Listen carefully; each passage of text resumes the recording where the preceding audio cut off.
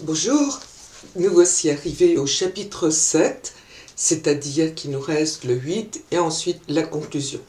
C'est un chapitre assez court, mais bon, comme le précédent était un petit peu long, ça fera une bonne moyenne.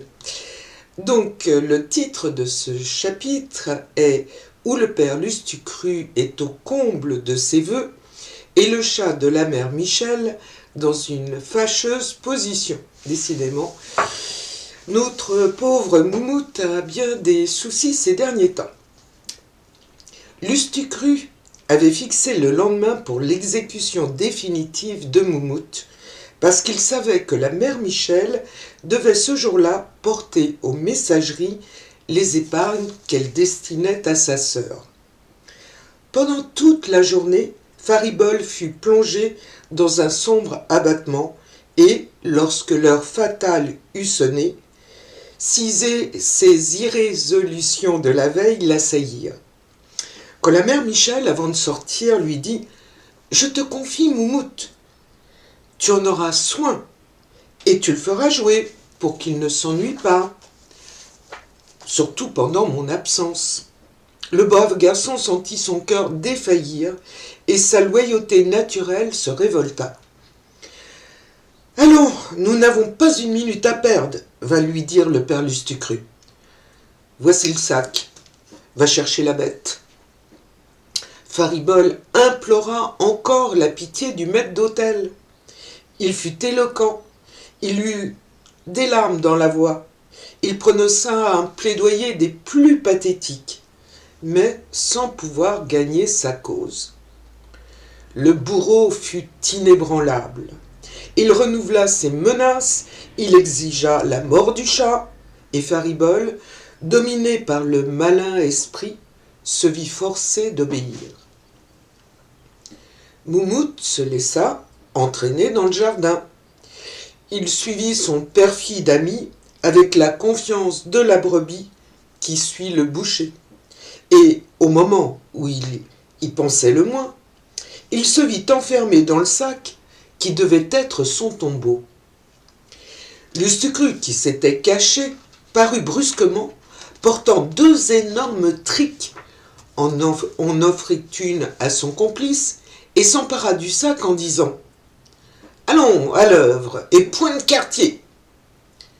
Faribol ne l'entendait pas. Il était frappé de stupeur. Ses yeux hagards tournoyaient dans leurs orbites. Son visage était livide, sa bouche béante, son bras sans force.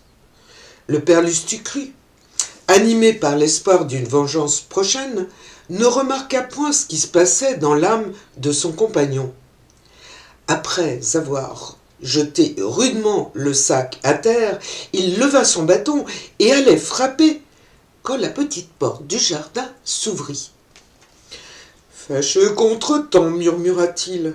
Faribol, enfonce-toi dans la charmille, je vais t'y retrouver bientôt. » Et, s'étant approché de la personne qui venait d'entrer, il s'arrêta pétrifié à l'aspect de la mère Michel. Il s'imagina d'abord qu'elle était ramenée par de vagues soupçons, par un pressentiment instinctif. Mais il se rassura en lui entendant dire « Je suis obligé d'ajourner ma course, car je viens d'apercevoir le carrosse de Madame de la Grenouillère. Elle va faire un détour à cause des travaux de pavage qu'on exécute dans la rue, et j'ai pu la devancer en rentrant par la petite porte. Venez, monsieur Lustucru, venez vite à la rencontre de notre bonne maîtresse. »« Je vous suis, madame, dit le maître d'hôtel. » Puis, se faisant un porte-voix avec la main, il cria à Faribol « Frappe tout seul ! Frappe jusqu'à ce que le chat ait cessé de remuer. » Et il rejoignit la mère Michel dans la grande cour, où tous les domestiques étaient déjà rangés en ligne comme un bataillon bien discipliné. En descendant de voiture, Madame de la Grenouillère honora ses serviteurs d'un regard de bienveillance, embrassa sa dame de compagnie avec une touchante familiarité et lui demanda des nouvelles de Moumoute.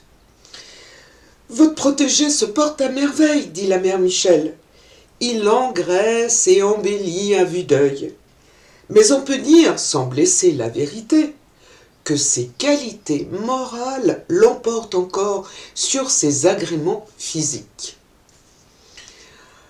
Pauvre ami, s'il ne m'aimait pas, ce serait un monstre d'ingratitude, car depuis notre séparation, j'ai constamment songé à lui. Le ciel m'a ravi bien des êtres qui m'étaient chers, mais Moumout sera la consolation de mes vieux jours. Sitôt que la comtesse eut donné les ordres que nécessitait son arrivée, elle pria la mère Michel de lui amener Moumout. Celle-ci répondit « Il sera charmé de vous voir, madame. Il est dans le jardin, sous la garde de Faribol, petit jeune homme que votre maître d'hôtel a jugé à propos d'admettre ici. Ce drôle et le chat sont devenus une paire d'amis intimes. » La dame de compagnie se rendit au jardin et n'y trouva que Faribol, assis sur un banc et effeuillant d'un air préoccupé une branche de buis qu'il tenait à la main. « Mon ami, dit la bonne femme, madame la comtesse désire que tu lui apportes Moumout. »« Moumout, bégaya Faribol en tressaillant à ce nom, comme s'il eût été piqué par une guêpe. « Oui, Moumout, je croyais qu'il était avec toi. Et il vient de me quitter. Des passants ont fait dans la rue un bruit qui l'a effrayé.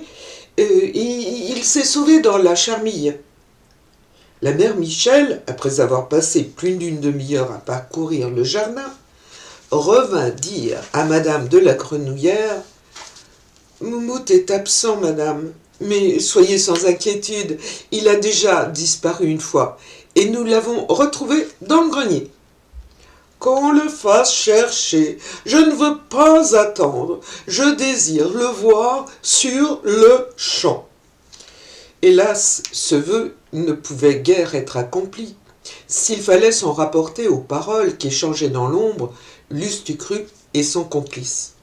« Eh bien, as-tu frappé ?»« Oui, monsieur Lustucru, j'ai frappé jusqu'à ce que le chat ait cessé de remuer. »« Qu'as-tu fait de son cadavre ?»« Je l'ai porté dans la Seine. »« Est-il bien mort ?»« Il ne bougeait plus.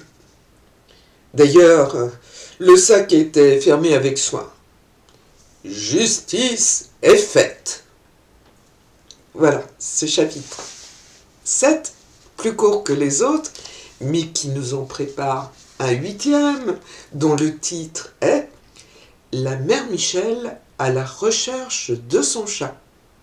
Voilà, je vous souhaite une excellente journée, une excellente soirée, puis je vous fais des tas de très gros bisous. Au revoir.